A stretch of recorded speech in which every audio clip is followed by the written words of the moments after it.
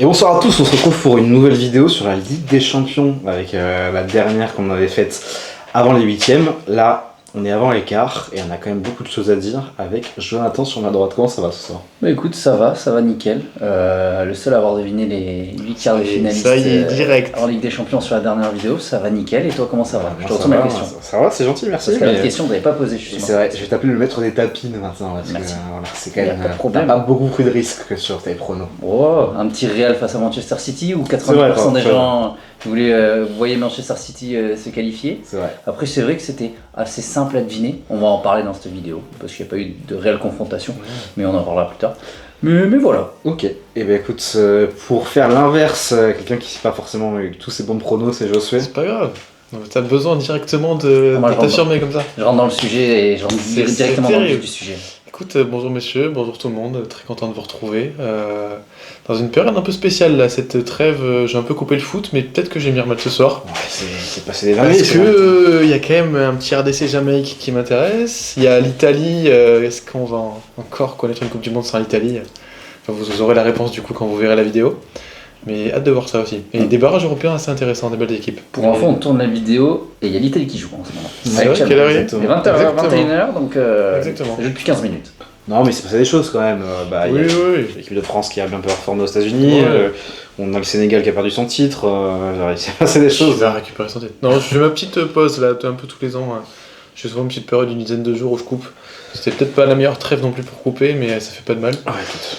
Et non, mais de toute façon, le Sénégal va récupérer la CAN, j'espère, parce que bon, c'est pas le sujet de la vidéo, mais c'est assez scandaleux pour l'image de l'Afrique, cette décision lunaire. Tout Bref. ça pour dire qu'on parle de Ligue des Champions. Il s'est passé des choses en huitième avec des équipes comme le PSG qui prépare ses huitièmes. On sait comment ils le préparent. Voilà, c'était une petite pique pour nos amis parisiens face au Lensois. Alors, on en parlera peut-être sur le match du PSG. Mais messieurs, avant de parler de tout ça, on fait un petit retour sur les huitièmes vite fait. Ouais. Qu'est-ce qu'on en a pensé? Bah moi j'ai apprécié regarder quand même ces huitièmes de finale parce qu'il y a eu du but. Il y a eu du but dans différentes confrontations. Je pense au niveau du Barça. Qu'est-ce qui s'est passé, je sais, parce que tu as sûrement regardé le match en direct. Vraiment, je m'attendais exactement à cette double confrontation. Vu la saison, on revient petit à petit en forme, disons, et je savais, enfin, c'est pas je savais, comme si je me plais un petit flic, mais je m'attendais à ce que le club fasse pas une grosse presta du côté de St. James Park, et que ça déroule derrière, peut-être pas à ce point quand même, parce que le 7-2 il est quand même assez solide, et l'impression que tu as laissée sur ce match retour, elle est quand même assez significative, je trouve, mais du moins sur la physionomie de l'aller-retour, pas du tout surpris. Et tant mieux que le Barça arrive à ce niveau-là, parce que ça va faire des quarts assez costauds. Ouais. Et tu disais que tu avais apprécié les huitièmes. Moi, je pense que je suis un peu con maintenant et que le football il a changé. Moi, j'ai du mal avec cette campagne de LDC, mais c'est mon avis. Et toi, qu'est-ce que tu en penses un peu de... Je vais te rejoindre parce que je pense qu'on pense un peu la même chose. Mm. Je suis un peu dérangé, moi, de ces gros scores comme ça, sur des matchs aller-retour, sur des huitièmes de finale. T'es censé quand même avoir les luttes européennes. C'est pas vraiment normal qu'il y ait des tartes comme ça. Moi, j'étais très très déçu de Manchester City, comme beaucoup de monde, je pense. Là, je parlais d'impression laissée par le Barça. City sur l'aller-retour, pour la bouse pondue par Guardiola. Flop total. Cette compo à la Ligue qui n'a aucun sens. Tu fais briller un Real enfin, tu le fais ressusciter d'entre les morts, encore une fois. Je sais pas, j'étais un peu déçu. T'as Tottenham, on va pas parler de la gestion d'Igor Tudor, bien sûr. avec le Kakinski. Bodo Glimt restait la belle surprise quand même. Donc je mets un peu à part cette confrontation-là, mais c'est vrai que moi je suis un peu gêné de voir des scores où tu es censé avoir l'élite du football à ce moment-là. Ouais, si je peux prendre un petit peu la main, moi qui ai un avis différent sur cette compétition, enfin sur ce nouveau format. C'était un peu le cas aussi avant, on avait les huitièmes de finale où on savait qui allait passer en quart de finale. Et c'est à ce moment-là où on décelait des gros matchs et des grosses équipes qui s'affrontent. On avait toujours le premier du classement qui affrontait le second du classement sur ce groupe et machin. Oui, je suis d'accord. Mais t'avais moins de gros scores. T'en avais quelques-uns, tu vois, mais c'était plus rare. Tu vois, par exemple, le Bayern qui tape le Barça 7-0 aller-retour. Oui. Ça date, hein, c'était quoi, 2013, c'est l'année où ils prennent. Ouais. Ça a marqué une génération. Aujourd'hui, le je 7-2 de face Newcastle, balayé, c'est bon, on en parle plus. C'est ce qui fait après, c'est ce qui fait aussi un petit peu la beauté de la compétition et du tirage. C'est qu'il fallait terminer dans le haut du tableau, etc. par rapport à la compétition. on a parlé de Bodo Glimt par exemple, il y a eu un gros score certes, mais il y a eu une remontada à la fin, c'est quand même quelque chose qui va marquer quand même dans le football portugais, parce que Sporting qui passe en quart de finale, c'est pas plus vu depuis les années 90. On a eu un Chelsea PSG, certes, c'était un match qui était pas couru d'avance, parce qu'il y avait quand même cette opposition entre Chelsea et PSG, on ne savait pas forcément qui allait se qualifier, mais il y a une équipe qui a fait le taf. Real City, bon, on en a parlé, Real City, catastrophada, enfin le premier match. Le foot anglais globalement sur sa 8ème. Ouais, compliqué. C'est mal au crâne. Liverpool qui perd son match aller face à Galatasaray, de mémoire 1-0, après qu'ils s'y reprennent 4-0. Il va failli prendre 2-0 d'ailleurs. Au match aller. Ouais, j'ai pas suivi bien évidemment j'ai du mal à comprendre pourquoi le but d'Osimhen était refusé, mais bon. J'ai pas suivi forcément ce match, c'était à 18h45. Un hors-jeu un peu étonnant, enfin, un mec qui fait action de jeu, je sais pas, j'ai un peu de mal à comprendre l'action. Un Leverkusen qui a tenu tête à Arsenal à l'aller, à Leverkusen, bon après ça a un peu déchanté, mais je trouve que vous êtes dur quand même sur ce nouveau format, parce qu'on avait quand même des confrontations, mais si c'était joué d'avance, on serait rejoints autour de la table tous les trois en disant lui il passe, et on a tous un score à 100%. En fait, je pense honnêtement, et si je l'avais dit dans la vidéo, que je pense que le format me décevait par rapport à l'année dernière, je pense que c'est pas le format, c'est vraiment cette édition de la Ligue des Champions, parce que j'avais bien aimé le format l'année dernière. Mais tu vois, par exemple, le Sporting Bodo Glimt, ok, les deux équipes méritaient de là, il n'y a pas de problème. Ouais. Mais pour moi, tu prends l'affiche, c'est une affiche d'Europa League. Les deux équipes. Ouais, mais parce que l'équipe a fait le taf. Oui, une équipe a fait le taf. Dans le top 8. Et tu vois, quand je dis que je suis un vieux con, et ça me fait sourire, tu vois. Mais c'est aussi que pour moi, quand tu me dis Sporting Bodo Glimt il y a 10 ans, c'était une affiche d'Europa League. Il y a 5 ans, c'était une affiche d'Europa League. Complètement. Maintenant, les Bodo Glimt, bon, c'était difficile à prévoir, mais le Sporting aussi, ils travaillent aussi pour en être là, si tu veux. Ouais, donc ils veulent pas leur place. Mais c'est ça. Voilà, donc je mets quand même les choses en perspective, mais c'est vrai, et je rejoins Josué là-dessus, c'est que je suis un peu dans l'entre-deux, facile, enfin, du coup, mais t'as quand même 68 buts en 8 confrontations, donc 68 buts en 16 matchs, pardon, c'est énorme, et t'as 10-2 par exemple, des scores à 10-2, t'as un 8-2, t'as un 5-3 sur 2 avec une remontada, t'as un 8-3, enfin je veux dire, t'as des matchs quand même où ça n'a pas beaucoup de sens en Ligue des Champions. Enfin, t'es le Bayern 10-2. Bref, c'est. Bon, de toute façon, moi je l'avais vu comme l'affiche la plus déséquilibrée entre les deux équipes. Après, il y a un truc que je relativise un peu aussi sur Chelsea qui mérite pas de prendre 5-2, notamment au parc, qui s'écroule totalement sur la fin. Et tant mieux pour le PSG. Ouais. Bon, on a vu le retour aussi, Chelsea n'avait pas du tout les armes pour confronter ce PSG là, mais. Il y a quelques petits facteurs qui relativisent. Mais globalement, moi je maintiens ce que je dis, où je suis assez gêné de voir autant de gros scores et aussi peu d'adversité sur certains endroits. Mais bon, l'avantage c'est que maintenant, petit à petit, les équipes, ça monte en puissance, on arrive sur les quarts, on va enchaîner, et normalement les affiches maintenant c'est quand même plus sexy, ça va être plus sympa, les matchs sont censés être de meilleure facture, et je commence sans doute avec une des très grosses affiches, c'est le Real contre le Bayern. Je démarre ? Tu démarres ? Je démarre. C'est l'honneur de démarrer sur cette présentation. C'est très gentil de club qui me tiennent à cœur en plus. Très grosse affiche, mine de rien. J'aurais pas mis un seul centime sur ce Real qui redevient fort, peut-être, on peut dire ça. Ça marche plutôt bien sur Arbeloa, j'en suis aussi le premier étonné. On va voir le retour de Kix aussi, qui là retrouve le chemin des terrains et des filières en plus sur cette trêve. J'ai un peu suivi quand même ce qui se passait. L'énigme Real Madrid finalement, à voir s'ils pourront aller titiller ce Bayern là. Je vois l'affiche quand même encore déséquilibrée, parce que City c'était fort, mais t'avais quand même une année en dents de scie, même très grande dent, très grande scie aussi. Là le Bayern c'est quand même sans doute la meilleure équipe d'Europe, sur l'impression laissée sur la globalité de la saison, peut-être pas sur le potentiel, mais en tout cas sur ce qu'on a vu jusque là. Pour moi le Bayern c'est numéro 1, ça va être costaud. Une affiche un peu historique aussi de Ligue des Champions, et j'ai hâte de voir ce que le Real peut nous proposer. Étonnamment, c'est bizarre que je dise ça, mais j'ai hâte de voir ça. Moi je vais prendre la main, et je vais rebondir sur ce que tu dis.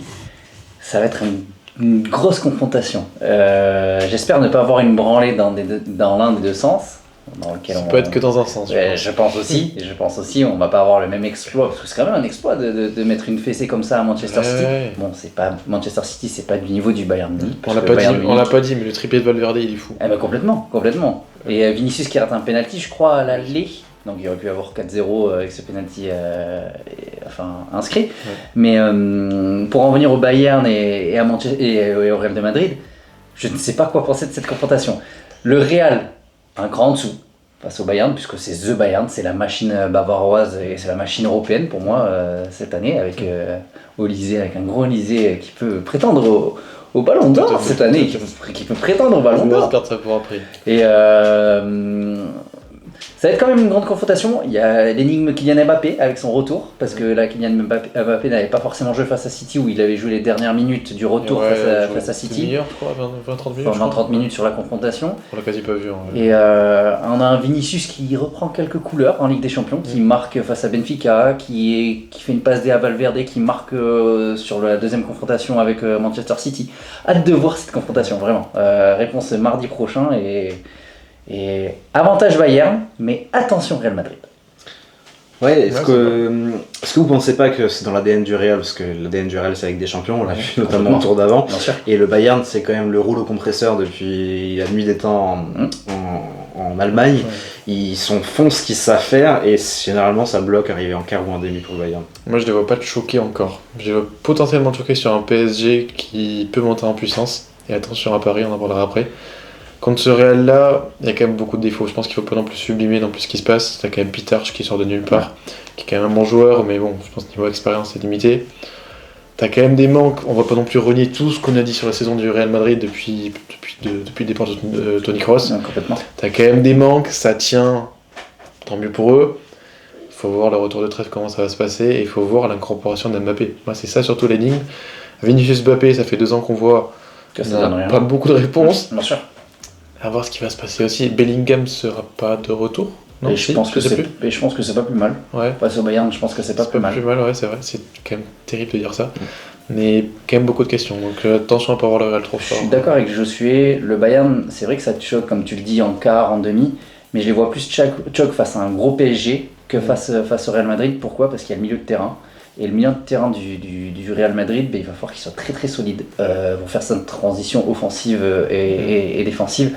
On a le duo Kylian Mbappé-Vinicius, mais si les ballons n'arrivent pas, ça va être une course en solitaire et ça va être du marquage en solitaire. Et je vois pas le Bayern se faire avoir comme Manchester City, parce qu'ils vont bien analyser les 2 matchs. Tactiquement, c'est fort le Bayern cette année aussi. Et même si moi j'ai des réserves sur l'effectif trop court du Bayern, je l'ai dit depuis septembre. Je pense que ça va encore tenir là et il y a des armes suffisantes pour moi. Il faut que le tandem Tchouaméni, Arda Güler, toutes ces personnes du milieu de terrain du Real Madrid soient au diapason, parce que sinon ça va mal se passer face au Bayern Munich. Bon, c'est mon avis. Ok. Changement d'ambiance. On passe peut-être sur l'affiche la moins sexy, mais c'est débattable. Arsenal Sporting. Moi je vais prendre la main sur ce sujet-là, mais je vous l'ai dit, droit dans la caméra. Arsenal ne voit pas les demi. Tu sais que je te prenais pour un fou, mais... Arsenal ne voit pas les demi. J'ai vu les prestations face à Leverkusen. Ouais, moyen. Attention, c'est Sporting en face. C'est le gros outsider de la compétition. C'est le moins fort, l'équipe la moins forte, je pense, sur les 8 quarts de finale. Enfin, sur les 8 quarts de finalistes, sur les 8 équipes. Sporting, attention, il y a une petite pièce à jouer face à Arsenal. Je sais pas, je vois un match ouvert avec des buts et ça peut jouer cette petite pièce lors de cette confrontation. J'ai une question pour toi aussi du coup. Est-ce que Arsenal joue avec le frein à main et en gestion contre le Bayer Leverkusen, où il y a des vrais défauts à ce moment? Je trouve qu'il commence à y avoir des défauts. Pour les voir aussi en PL, je trouve que ça commence à être assez complexe. Je pense pas qu'ils vont choquer en PL, parce que vu la concurrence cette saison, ça serait vraiment lamentable et plus qu'une faute professionnelle à ce niveau-là. Ce serait pitoyable. Surtout vu le niveau de City qui est deuxième, même Villa un peu plus loin maintenant, mais bref, on parle pas de PL, mais vaut mieux qu'il la gagne cette saison.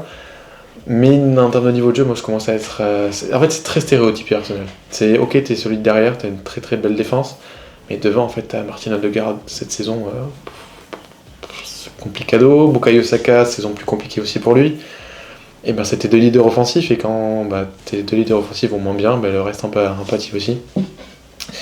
Gyökeres, tu peux nous en parler si tu veux, mais ça va quand même un peu mieux, c'est pas si mal que ce qu'on en entend surtout. Comparé au début de saison, ça va mieux. Ça va mieux, mais c'est pas rassurant. Moi je trouve qu'un Arsenal qui est capable de moins emballer les rencontres, c'est quand même significatif aussi. L'an dernier, on avait mis quelques doutes face au PSV, ils les avaient tartinés à l'extérieur en plus, je crois. Attention à la surprise, côté Arsenal. Il va falloir être très très vigilant. Je maintiens quand même l'avantage Arsenal. Bien sûr. Mais je te prends un peu moins pour un fou. Et je ne serais pas surpris Ça me si fait le plaisir. Sporting peut créer un exploit. Surtout qu'ils ont été quand même très solides chez eux. Ils ont quand même mis 5-0 à Bodo C'est Glimt, ça, c'est ça 5-0. Ouais. En prolongation. En prolongation. En prolongation, certes, mais bon, tu peux remonter quand même pris 3-0 à l'aller, c'est quand même pas rien. Attention. Attention. J'ai une petite question pour terminer de ton côté. Ouais. Est-ce que tu penses pas qu'on n'a pas plutôt sous-estimé le Bayer Leverkusen? Difficile à répondre. Je vais pas m'avancer, je regarde pas assez la Bundesliga. Je sais que ça allait mieux. Ça reste une bonne équipe quand même, je pense qu'il y a un bon projet. Mais je pense que c'est une équipe contre laquelle Arsenal doit pas passer un message, mais doit quand même montrer qui elle est, un peu plus déroulé. Mais on verra par tas d'écart. Okay. Moi j'ai une question fantasy pour Jonathan. Dis-moi. Est-ce que tu n'imagines pas un Gyökeres de gala qui va éliminer son ancien club en Ligue des Champions? C'est possible. Je dis pas le contraire. Et ce serait logique, parce que c'est au numéro 9 de montrer qu'il faut marquer pour justement finir le match, donc c'est possible. Mais je vois plus un Luis Suarez créer la surprise à l'Emirates et éliminer Arsenal. Tu m'avais dit il y a 2-3 ans que Luis Suarez allait être en quart de finale de la Ligue des Champions. Un ancien de Marseille qui va éliminer Arsenal. J'aurais jamais cru. Et moi j'ai une question pour toi parce que on t'a pas donné trop ton avis sur ce match. Qu'est-ce que tu en penses sur cette confrontation? Écoute, moi je suis surpris par le match retour du Sporting. Pour moi, je voyais à l'image du match de Bodo Glimt en barrage, je les voyais cette équipe passer contre le Sporting, notamment parce qu'à domicile ils avaient déjà gagné, ils ont regagné, ils ont réitéré l'exploit contre le Sporting avec pas la manière, parce qu'en fait ils jouent avec leurs armes et dans le jeu c'est pas phénoménal, ouais, mais c'est construit et c'est solide et en fait c'est 3-0. Ouais, bien sûr, et c'est un récital de leur football. C'est un peu à l'image du Barça avec une identité très marquée. Pour eux c'est un football très basique qu'ils faisaient et c'était un 3-0, moi je trouve très bien organisé, très bien pensé. Et logique sur le match. Et logique. Alors j'ai pas regardé la confrontation du Sporting au retour, j'ai pas vu le 5-0, j'ai pas regardé le match, j'ai même pas vu de résumé d'ailleurs. J'ai regardé que les stats, etc. Bien sûr. Mais je m'attendais pas du tout à ça. Et je suis très surpris du Sporting parce que pour moi, ils pouvaient mettre 3 pions Bodo Glimt sans problème. J'imaginais bien Bodo Glimt aller arracher sa qualif sur un but à l'extérieur, etc. Non, je comprends. C'est pas le cas. Ils vont en prolongation. Et en plus de ça, ils arrivent à marquer dans les premières minutes de la prolongation. C'est ça. Pour du coup, le but. Confirmer. C'est ça, pour confirmer, en mettant un dernier but derrière. J'ai été surpris. En tout cas sur le match retour, je pense que du coup avec le message qu'ils envoient, parce qu'on met 5-0 à une équipe surprise en plus, qui élimine l'Inter, c'est ça, qui allait taper l'Inter à l'Inter. Ouais, c'est ça. Et du coup je me dis qu'en fait ce Sporting là a les armes pour aller embêter Arsenal, mais plus qu'embêter Arsenal. Et Arsenal à l'inverse contre le Bayer Leverkusen, et je te posais la question du niveau de Bayer Leverkusen, parce que moi je pense que les Leverkusen on les sous-estime pas en Ligue des Champions. Dans le sens où Arsenal n'a rien montré de spécial contre Leverkusen. Ouais, je suis un peu inquiet pour Arsenal. Ouais. Je suis un peu inquiet, surtout en Ligue des Champions. Pour finir sur cette question, parce que tu nous as dit que Humeland était ton joueur à surveiller, qui est le meilleur milieu de terrain sur cette confrontation? Déjà, ça s'est passé comment cette double confrontation pour Humeland? C'était catastrophique. Il a à l'aller. Toute l'équipe de Sporting, c'était méconnaissable, mais complètement méconnaissable. Après, il y a les conditions de jeu, on en a parlé aussi sur le stade, mais c'était catastrophique. Et après, le match retour, c'est une presta collective. Tout le monde s'est mis au diapason, tout le monde a joué et tout le monde a pris ses coronets, entre guillemets, et un match solide. Toute l'équipe a été lancée sur l'offensive. Le coach Rui Borges, où je suis pas forcément fan, mais il a géré son match en main de maître, pardon. Il a fait tous les changements. Petit côté positif pour Maxi Arrojo du Sporting, le latéral gauche, mais il a fait des kilomètres et des kilomètres. Offensivement, c'était une dinguerie.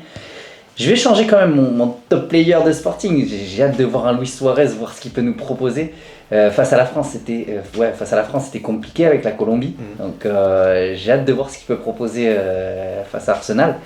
Mais logiquement, Arsenal devrait être leader sur cette rencontre. Mais attention. Le meilleur milieu restera Declan Rice quand même. Ouais, pour être un peu sérieux. Bien sûr. Mais intéressant. Je vais suivre régulièrement, je vais faire une petite caméra isolée sur cet aller-retour. Il fait une petite confrontation Luis Suarez, Gyökeres pour voir. Peut-être qu'on aura un échange cet été. Ça serait bien. Allez, on enchaîne. Allez. J'aimerais bien garder cette confrontation pour la fin, donc là on va parler de PSG-Liverpool.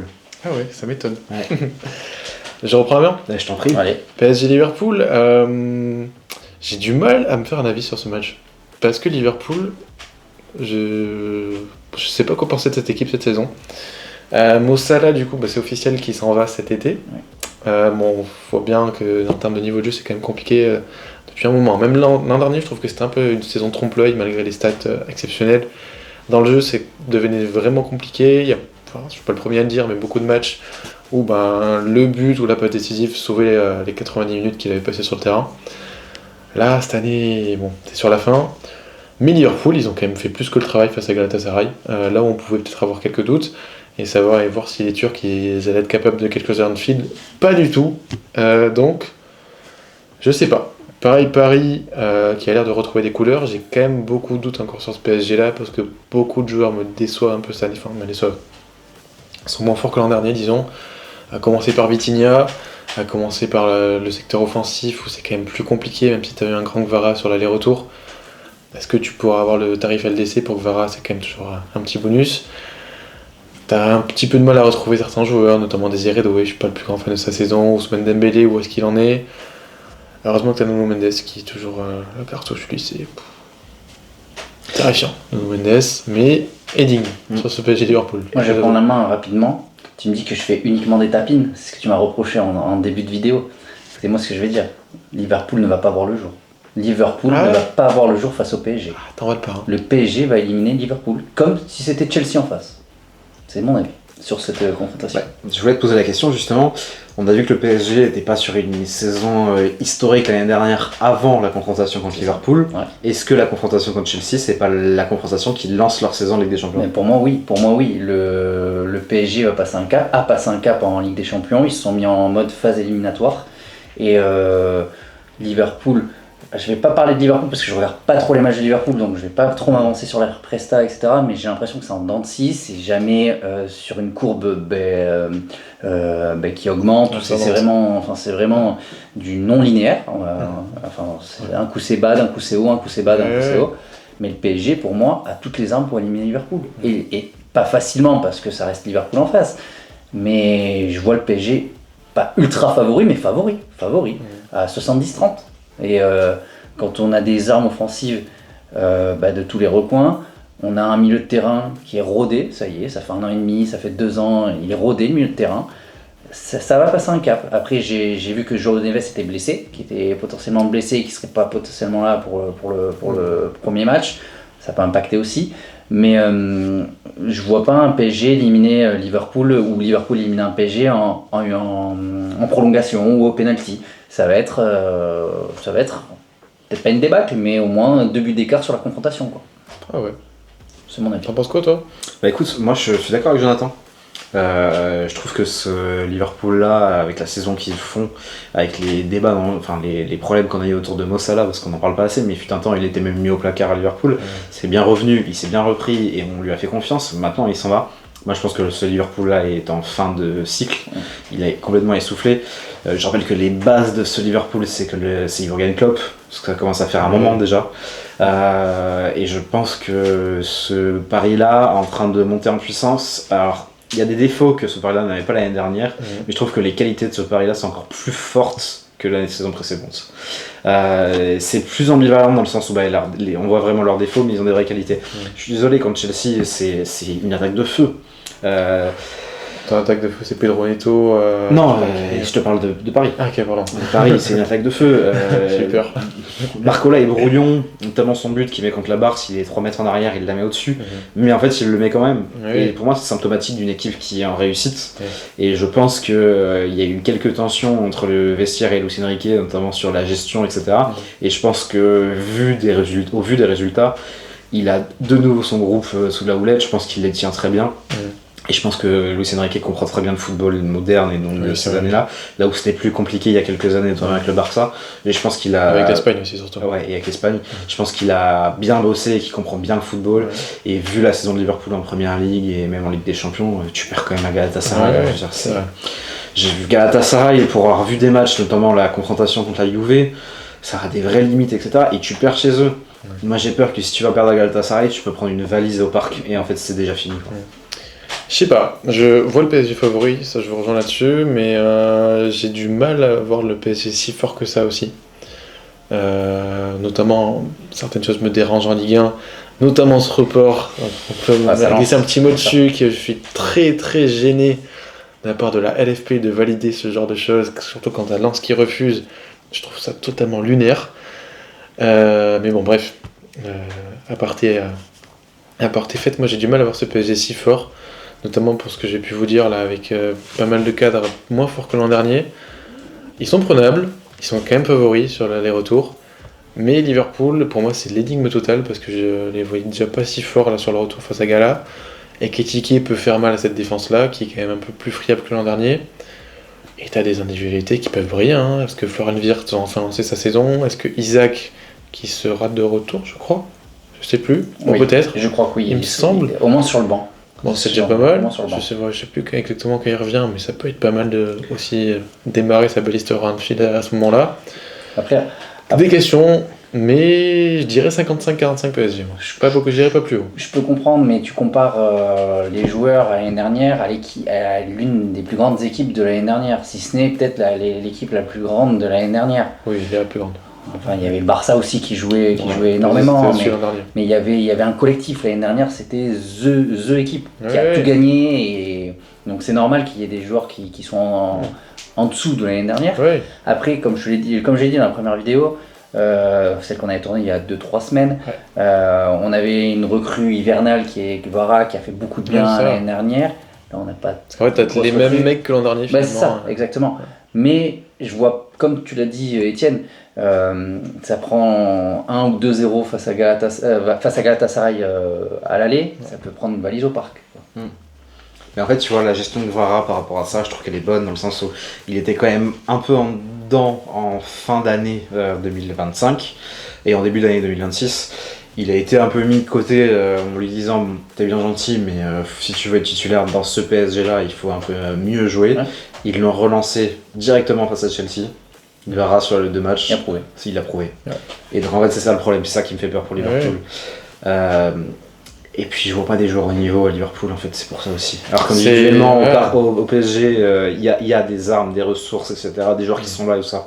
Je vois moins ça côté Liverpool. Ouais, t'as même McAllister qui est un peu moins fort cette saison et tout, c'est vrai que c'est un peu plus compliqué les Van Dijk aussi, où c'est un peu plus friable Konaté aussi. aussi. Hein. Oui, Après, Konaté, le pauvre, il a bien sûr. perdu son papa aussi, Bien donc je pense que dans la tête ça joue. Mais ouais, à voir. Je suis très intrigué aussi. On enchaîne sur cette confrontation, la dernière de ces cas dont on n'a pas parlé.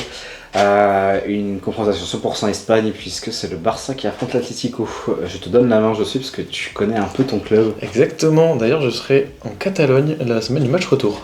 Donc voilà, c'est un fou, on s'en fout totalement, mais voilà, comme ça vous l'avez. On va voir le match. seras là pour pleurer sur la Non, défaite. c'est à Madrid, j'ai le seum. Ouais. J'ai trop le seum. Je serais allé le voir sinon, mais ouais, dommage. Non, on les fracasse. Enfin, franchement, ça va aller vite. Hein. Moi, il n'y a pas un monde où l'Atlético passe. Le stress, il est à 0. C'est une bonne équipe de Madrid. Mais pour moi, il y a quand même beaucoup de points faibles. Collectivement, c'est pas l'équipe qui me convainc le mieux. Ils sont tombés face à un Tottenham. Voilà, le match retour, on l'a vu avec Etienne. Waouh, c'était. Ils ont joué, mais. Franchement, je sais pas pourquoi ils avaient aussi peur de ce Tottenham-là, mais bon, c'est comme ça. Il y a quand même des joueurs intéressants. Lookman, c'est une belle arrivée. Griezmann qui est sur son dernier run. Marcos Llorente fait une grosse saison. Il y a quand même quelques gros points forts dans cette équipe, mais pour moi, collectivement, je les vois très très largement inférieurs à ce Barça. Et le Barça qui va monter en puissance et qui est top 3 favori pour moi, Ligue des Champions, vu le tableau. Et il n'y a pas un monde où un Barça ne passe pas. Moi, je suis pas du tout d'accord avec toi. Il n'y a pas un monde où l'Atlético tape le Barça. Donc je suis d'accord avec toi. J'ai eu peur. Non, c'est une blague. Soyons sérieux quand même. Je vois pas l'Atlético passer. Et encore, face au grand Barça. respect pour l'Atlético, mais là, franchement. Ouais, il y a une petite équipe. L'Atlético, il y a une petite équipe. T'as dit qu'il y a, enfin, il y a une nouvelle recrue. Lookman, c'est très intelligent d'avoir recruté Lookman. Enfin, il y a Julián Alvarez, Griezmann qui est sur sa fin de course. Mais pour aller taper le Barça, c'est très très compliqué. Très compliqué. Au vu de ce côté, on a le finaliste, pour moi, de cette Ligue des Champions, qui est le FC Barcelone, à mon sens, à mon avis. Et je vois pas l'Atlético, peut-être les 70 premières minutes du match aller ou les 60 premières minutes du match aller. Le premier match, c'est au Camp Nou. C'est Camp Nou. Encore moins. La machine à laver au match aller. Ouais, encore moins. Enfin, on verra, je vais pas m'avancer, mais 3-0 match aller, le match est plié. Peut-être une petite remontada comme en Coupe du Roi ou en double confrontation. Si le Barça commence à jouer comme il a joué au match retour en Coupe du Roi, ça laisse pas d'espace pour l'Atlético Madrid, quoi. Après, les mêmes conditions n'étaient pas les mêmes, mais... Disons que vu le facteur mental de l'Atlético cette année, quand même, je trouve que tu pars quand même avec un handicap. Enfin, du moins, ce match retour où tu mets le bus et t'en prends quand même 3. Ouais, bien sûr. C'est quand même assez limité. Je trouve qu'ils arrivent à moins. Attends, comment je peux faire la phrase? À moins mieux mettre le bus, c'est français, pas du tout. À moins bien défendre. À moins bien défendre finalement, Ouais, c'est plus cohérent. ça. En défendant. Merci. Mais du coup, je trouve qu'ils défendent beaucoup moins que les années d'avant, alors que c'était vraiment l'équipe numéro 1 en Europe. Je pense que tu en parleras un petit peu après, Etienne. Le Cholismo. Le Cholismo, il a changé le Cholismo. Et il a changé. Il a vieilli surtout, il a pris un coup. Ouais, mais c'est assez intéressant ce renouvellement-là. Et je pense qu'il faut marquer une étape en plus. Tu tentes des trucs là depuis quelques saisons côté Atleti. L'arrivée de Lookman, c'est assez dans cette vibe-là. Bien sûr. Tu peux potentiellement perdre Alvarez et Griezmann cet été. Je pense que là, tu as un été qui peut être assez intéressant. Et même si tu sors en quart, je trouve que la saison sera réussie, malgré tout. Même si en Liga, il faut mieux finir 3ème devant Villarreal. C'est ce que j'allais dire actuellement. Enfin, c'est un sujet sur lequel je vais débattre. Ils sont 4ème. Je crois qu'ils sont 4 encore. Ouais, donc ils ont quelques billets à jouer en Ligue des Champions aussi. Ouais, c'est ça. Mais si tu vas chercher la Coupe du Roi derrière, c'est pas mal. Et je pense qu'il y a un gros virage pour cet été, mais ça va encore être un peu limité cette saison pour moi. Et ça s'arrêtera en quart. Et toi, cette confrontation, qu'est-ce que tu en penses de ton club? Écoute, moi je vais parler un peu d'Atlético rapidement, parce qu'il n'y a pas vraiment grand chose à dire. Je pense que dans tous les cas, on le sait très bien, notamment avec ce groupe-là, parce qu'il n'y a pas forcément beaucoup de changements depuis plusieurs années. Enfin, il y a des petits rajouts, des choses comme ça, mais globalement, c'est la même philosophie. La gestion du pic de performance, en général, de l'Atlético est toujours mauvaise. Là, on a parlé déjà du Real, notamment, qui a ça dans son ADN et qui est capable d'aller performer sur les quelques derniers matchs de Ligue des Champions, pas forcément, je ne parle pas de finale, mais sur un quart, un huitième, une demi, etc. On sait qu'ils en sont capables, et ils l'ont encore fait contre City. Là où justement, le pic de performance de l'Atlético en général dans une saison, c'est le mois de décembre et le mois de janvier, et après c'est compliqué. Ils l'ont encore fait en Coupe du Roi, et je pense que le seul objectif, enfin les deux derniers objectifs de la saison, c'est d'aller accrocher à la 3ème place en Liga et de gagner la Coupe du Roi. Je pense qu'il y a, pour moi, aucun espoir contre le Barça. Honnêtement, quand tu vois la confrontation contre Tottenham, il passe, quand tu regardes le score, il y a 5-7 sur les deux matchs. 5-7 puisque c'est Tottenham qui recevait dans les matchs, oui. Donc il y a 7-5 pour l'Atlético. Il passe avec 3 buts offerts à la première rencontre. Donc normalement, si tu enlèves 3 buts, il passe pas. Après, effectivement, les matchs sont plus les mêmes, etc. Évidemment, je pense qu'ils avaient largement les armes pour éliminer Tottenham, mais Tottenham leur offre la qualification. Oui. Et je rappelle que Tottenham c'est relégable en première ligue. Pas encore. Avant-dernier. Non. Avant-dernier non relégable. Oui, avant-dernier non relégable. Potentiellement relégable cette année, c'est assez mauvais. Tudor est arrivé, il a fait un mois et demi, il est parti. C'est catastrophique. Voilà, c'est catastrophique Tottenham. Et pourtant, ça a montré, je dirais pas des belles choses, parce que c'était vraiment pas un match sympa à regarder, mais ça a montré des choses contre l'Atlético. Et l'Atlético a quand même pris des pions par ce Tottenham là. Le match retour était vraiment pas beau à voir, quoi. Et pourtant l'Atlético avait les deux mains sur le volant. Et ils n'ont pas réussi. Moi, le match retour en Coupe du Roi, il est symptomatique. T'as vraiment ce syndrome d'infériorité, etc. Où en fait, tu fais un match que tu dois pas faire à l'aller, et au retour, tu dois prouver que tu peux te qualifier, et tu prends une tempête. Alors le Barça n'arrive pas à revenir parce que tu restes Atlético et tu sais défendre mine de rien. Je trouve que ce qui marche bien à l'Atlético cette année, c'est les individualités. Sorloth fait une belle saison. Alvarez est grandiose. Et quoique pas tout le temps. Pas tout le temps. Compliqué avec Alvarez. Individuellement, Après, je pense que c'est individuellement, c'est l'équipe pareil. qui fait que. Ouais, c'est ça. Sorloth fait une belle saison, Lookman fait une belle arrivée, Griezmann sur des phases de jeu, et c'est un magicien encore, etc. Llorente, voilà, c'est génial. Après, c'est compliqué. Oblak a fait des failles aussi, c'était quoi, en barrage, je crois. Enfin, c'était un peu compliqué. Il est blessé, Il Oblak, était là, blessé c'est ça là, ces derniers temps, je sais pas s'il revient pour cette confrontation-là. Bref, dans tous les cas, pour dire que ce Barça qui en plus est monté en puissance, on l'a vu le dernier match contre Newcastle, je vois pas comment ils peuvent ne pas passer contre l'Atlético. Voilà, donc moi c'est le match le plus déséquilibré. Le plus déséquilibré. Déséquilibré, ouais, de ces quarts en fait. Moi, je vais reprendre un petit parallèle que tu as fait par rapport à une équipe qui est en full domination, qui a les deux mains sur le volant, comme tu disais. Si le premier match, ça se passe bien pour l'Atlético, c'est-à-dire qu'il y a le nul qui est garanti, on n'a pas un Atlético qui doit gérer le match, parce que j'ai l'impression qu'un Atlético qui gère le match, c'est plus compliqué qu'un Atlético qui subit dans la phase mentale des joueurs, je veux dire. Est-ce qu'il n'y a pas une petite brèche qui peut se créer face au Barça ? Je sais pas, je pense pas. Je viens de regarder Oblak, c'est retour mi-avril. Ok. Et t'as un Atlético Barça là en reprise samedi. Donc ce sera le match. Ouais, le match sera sans doute déjà joué quand on postera la vidéo. Mais non, franchement, je pense que le Barça. On n'a même pas parlé du Barça finalement, mais Barça très fort quand même. Là, franchement, je pensais pas. Je vous le dis depuis un moment, j'ai une bonne vibe sur ce Barça cette saison. Là où l'an dernier, je sentais qu'il y avait un petit plafond de verre. Là, cette année, je sais pas où ça s'arrête. Parce que même avec des. Attends, je finis. Désolé. Avec quand même des grosses questions, notamment défensivement, t'arrives à malgré tout tenir la baraque avec un Gérard Martin, défenseur à côté de Koubarsi, et ça le fait. T'as des blessés, ça le fait quand même. T'as quand même Koundé blessé, même s'il fait une saison quand même bien en deçà de ce qu'il est capable de faire. Tu tiens la route. T'as Cancelo, pour moi, il fallait qu'il revienne et ça marche très bien. Devant, t'as toujours un Lewandowski qui commence à être quand même assez vieillissant, ça marche quand même. Le milieu, bon, t'as quand même Pedri qui fait tout, mais Fermin Olmo, c'est quand même souvent un peu un yo-yo, même si Fermin est très en forme en ce moment. T'as quand même un questionnement là aussi, mais ça marche quand même. En fait, j'ai l'impression que peu importe ce qui se passe, ça va cette année. Et à voir, là, t'as Rafinha qui sera pas là, mais Rashford a l'air en pétard, là, j'ai vu un sprint qu'il a tapé avec l'Angleterre, là. Monstrueux. T'as un collectif qui est très bien huilé, à tous les postes, et t'as une belle chance en Ligue des Champions puisque t'as le tirage aussi qui est favorable au club, ce qui était plus compliqué l'an dernier. Enfin, je sais plus qui ils ont tapé l'an dernier, je sais qu'ils sortent en demi face à l'Inter, mais Dortmund en quart. Ouais, c'était pas incohérent non plus pour un finaliste, parce que là Newcastle, l'Atlético, bon ça reste de grosses équipes, Arsenal ou Sporting, un Arsenal. Mais c'est pas Benfica qu'on prend en 8ème ? Oui, c'est Benfica 8ème. Et là, cette année, on a un peu dans la même philosophie, c'est peut-être les équipes qui jouent dans le même niveau aussi. On a un Newcastle, on a un Atlético Madrid, un Arsenal, en forme, pas en forme, on verra, ou Sporting, attention, j'allais dire ou Sporting. Ça reste des équipes fortes quand même, mais on évite le PSG, on évite le Bayern, on évite le Real, on évite des grosses confrontations, des grosses confrontations. Donc le Barça a tout pour aller en finale cette année.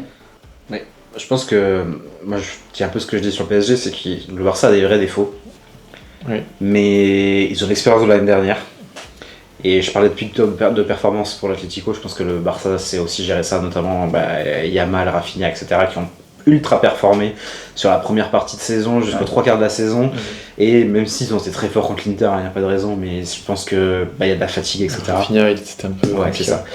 Et là, c'est moins le cas. Et c'est pour ça que je donne pas de chance à l'Atlético. Et je voulais rajouter aussi que j'ai l'impression, et ça c'est vraiment un avis personnel, qu'il y a cette identité un petit peu moins véridique au Metropolitano pour l'Atlético. Là où à Calderon, t'avais vraiment, c'était un chaudron. C'était quelque chose de... Voilà, t'allais à Calderon, tu passais pas un bon moment. Je trouve que c'est moins le cas au Metropolitano, même si ça va faire un peu moins de 10 ans qu'ils y sont, mais quand même, tu vois, il y a quand même des gros matchs chez eux. Bref... Je trouve que c'est plus compliqué pour l'Atlético, et là le Barça, même si avec leurs défauts, c'est pas des défauts qui sont avantageux pour l'Atlético en fait aussi. Mais c'est surtout cet aspect mental côté Atlético cette saison surtout, parce que Metropolitano ça reste un stade un peu chiant, mais là cette année je sais pas, je trouve que le complexe d'infériorité, et peut-être que c'est dû au fait qu'en Liga t'as choisi de décrocher. Complètement. Et mine de rien ça peut jouer aussi sur la compétition. Voilà. On a fait le tour des quarts ? Ouais. Je vais vous demander un petit prono pour les demi de chaque côté. Barça. Elle est tentante la surprise. Hein. Elle m'est réservée. Parce que moi je l'ai annoncé depuis 8 Annonce-la. Mais Barça, Sporting, Barcelone, Sporting. Vas-y, ouais. Et, Je vais te dire Barça Sporting aussi, tu vois. et le parcours de Sporting va s'arrêter en demi-finale. Et ce sera un très beau parcours. Et de l'autre côté. Attends, on veut ton parcours aussi. Ouais, écoutez, moi je vous rejoins et j'étais d'accord avec toi déjà sur le Sporting. Voilà, je serais surpris que ce soit le Sporting, honnêtement, je le dis. Voilà, mais j'ai envie parce que je pense que Arsenal ne mérite pas ce qui mérite pas d'y aller. Là, je pense que le niveau de jeu en Ligue des Champions c'était compliqué. En barrage en huitième et en quart, ça va être compliqué à mon avis. Mais parce qu'ils ont fait une phase aller qui était mémorable, mais pareil, le pic de performance est pas bon, enfin tout ça va pas. Donc j'espère que le Sporting va passer et pour moi donc c'est Barça Sporting en demi-finale. On est d'accord sur les demi-finales de ce Je côté. vais tellement regretter d'être parti là-dedans, mais vas-y. Mais tu peux changer d'avis si tu veux. Non, en fait je suis un peu d'accord sur le fait que le pic de forme était peut-être un peu tôt. Ouais. Donc ouais, allez Barça Sporting. Et en face Bayern quand même et Bayern PSG quand même. Ouais, pour moi, ce sera un Real PSG en demi-finale de Ligue des Champions. Et moi ce serait un Bayern PSG. Il n'y a pas grand chose. J'ai envie de faire mon différent parmi vos Ouais, avis. je t'en prie. On a fait le tour. On a fait le tour. Alors du coup, finale, classico ou pas? Real Barça pour ton finale? Ah, j'aimerais bien, hein, mais il y a débat là. En fait, quoi qu'il arrive, ta finale, c'est une explosion nucléaire en fait. Parce que Real PSG, Barça. Real Barça ou PSG Barça. Tu n'allais pas sur c'est Twitter folie. pendant 2 semaines, je pense. On n'en a pas parlé, mais on aurait pu en parler sur les joueurs qui vont vouloir performer, notamment en Ligue des Champions, parce que c'est la plus grande scène avant la Coupe du Monde. Si on a un classico en finale, ça peut annoncer une Coupe du Monde de folie. avec Le des joueurs duel comme, ouais. Lamine Yamal, Kylian Mbappé. Voilà, donc Il va falloir se lever tôt. moi je signe tous les jours pour un classico en finale. S'il vous plaît.